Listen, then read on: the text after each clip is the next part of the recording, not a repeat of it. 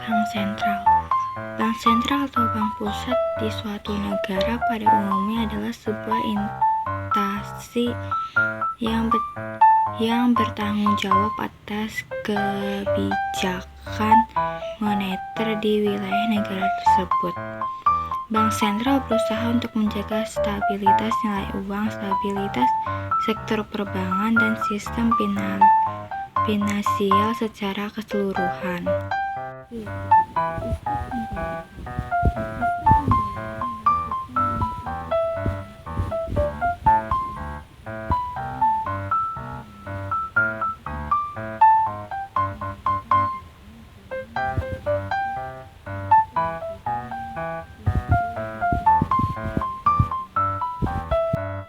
C. Peran Bank Indonesia dalam sistem pembayaran. Regulator membuat peraturan yang mendukung kelancaran sistem pembayaran. Perizinan memberi izin kepada pihak yang terlibat dalam pelaksanaan sistem pembayaran. Pengawasan atas sistem pembayaran agar kegiatan pembayaran berjalan lancar. Operator pelayan sistem pembayaran yaitu BI, RT, 6S, dan SKNBI. Fasilitator memfasilitasi pengembangan sistem pembayaran oleh IZK. D. Penyelenggaraan sistem pembayaran non-tunai Bank Indonesia. 1. Evaluasi transaksi bernilai besar diselenggarakan BI, RT, 6S, dan SSSS.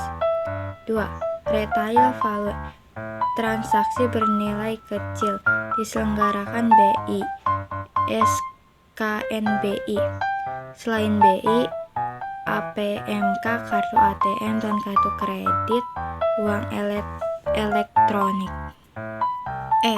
Pengertian dan sejarah alat pembayaran tunai uang. Pengertian uang.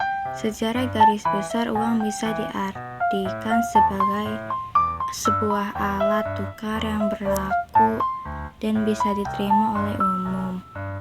Uang atau alat tukar ini bisa berbentuk benda atau yang lain dengan syarat diterima oleh masyarakat dalam suatu wilayah tertentu untuk memproses pertukaran dan barang maupun jasa. Dengan demikian, definisi uang adalah sebuah benda yang keberadaannya diterima oleh umum atau masyarakat luas untuk melakukan pertukaran uang dan jasa. Sejarah uang. Awalnya manusia memenuhi kebutuhannya sehari-hari dengan memanfaatkan kekayaan alam. Namun lamban laut kebutuhan manusia semakin tidak bisa dicukupi hanya dari alam sekitar. Hal ini yang mendorong kejadian tukar-menukar barang dengan barang atau yang lebih dikenal sebagai barter. Barter maupun semakin ditinggalkan oleh tidak praktis. Selain itu, kadang juga sulit untuk mencari barang dengan nilai yang cocok. Manusia pun berkreasi dengan menggunakan manik-manik, karang, atau barang batuan yang dijadikan sebagai alat tukar karena dirasa tidak efektif. Logam mulia seperti emas dan perak kemudian dipilih menjadi alat tukar. Perak yang terbatas juga membuat uang dari bahan ini kemudian perlahan ditinggalkan. Kemudian dipilihlah kertas dan logam lain sebagai uang yang masih digunakan sampai sekarang. F. Fungsi, jenis, dan syarat uang serta standar mata uang. Jenis uang. Berdasarkan pengelompokan jenis uang dibagi menjadi 4, yaitu A. Berdasarkan bahan pembuatannya. Uang logam terbuat dari logam, emas, atau perak dan nominalnya kecil seperti 100, 200, 500, dan 1000.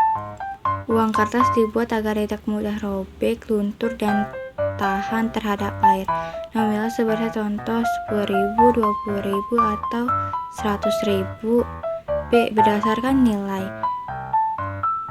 Full bird money bernilai penuh merupakan uang yang nilai intrinsiknya sama dengan nilai nominal. Misalnya, nilai emas pada uang logam 500 bernilai sama dengan nominalnya. Terpresentasi full body money tidak bersifat penuh, yaitu intrinsik lebih kecil dari nominal. Biasanya terdapat pada jenis uang kertas. C. Berdasarkan lembaga penerbitan. Uang kertas diterbitkan oleh Bank Sentral, yaitu Bank Indonesia, atau digunakan oleh seluruh masyarakat dalam bentuk logam dan kertas. Uang giral diterbitkan oleh Bank Umum dalam membentuk cetak atau billet giro. Berdasarkan kawasan, uang lokal hanya berlaku di suatu negara tertentu. Misalnya, mata uang hanya dapat digunakan di negara Filipina.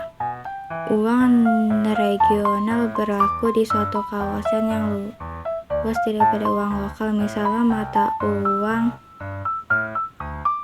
euro dapat digunakan untuk beberapa negara yang ada di Eropa seperti Jerman, Spanyol, Australia, dan lain-lainnya.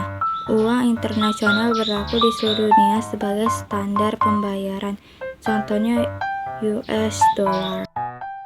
Fungsi uang: A. Asli, tukar dan alat satuan bernilai. B. Turunan, alat penghimpunan kekayaan, alat penunjuk harga, alat pemindahan kekayaan, alat pembayaran utang. Syarat uang: 1. Tidak mudah rusak. 2. Diterima oleh umum. 3. Memiliki nilai cenderung stabil. 4. Mudah dibawa dan disimpan. 5. Mudah dibagi tanpa mengurangi nilai. 6. Kualitas cenderung sama. G. Unsur pengamanan rupiah. Unsur pengamanan ini terdapat pada bahan uang dan teknik cetak. Adanya unsur pengamanan ini bertujuan untuk melindungi uang rupiah dari upaya pemalsuan. 1. Bahan uang 2. Warna. 3. Benang pengaman. 4. Tinta berubah warna. 5. Gambar sembunyi multiwarna. 6. Gambar tersembunyi. 7. Teknik cetak khusus. 8. Kode tunanetra. 9. Tanda air dan ornamen. 10. Gambar saling isi. 11. Hasil cetak yang memedar.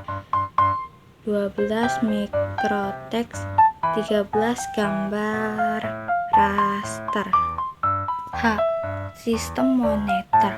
Sistem moneter yaitu sistem yang menetapkan kebijakan dan tindakan-tindakan yang mempengaruhi interaksi faktor moneter dalam suatu negara, termasuk pengawasan cadangan valuta asing. I. Pengolahan uang rupiah oleh Bank Indonesia.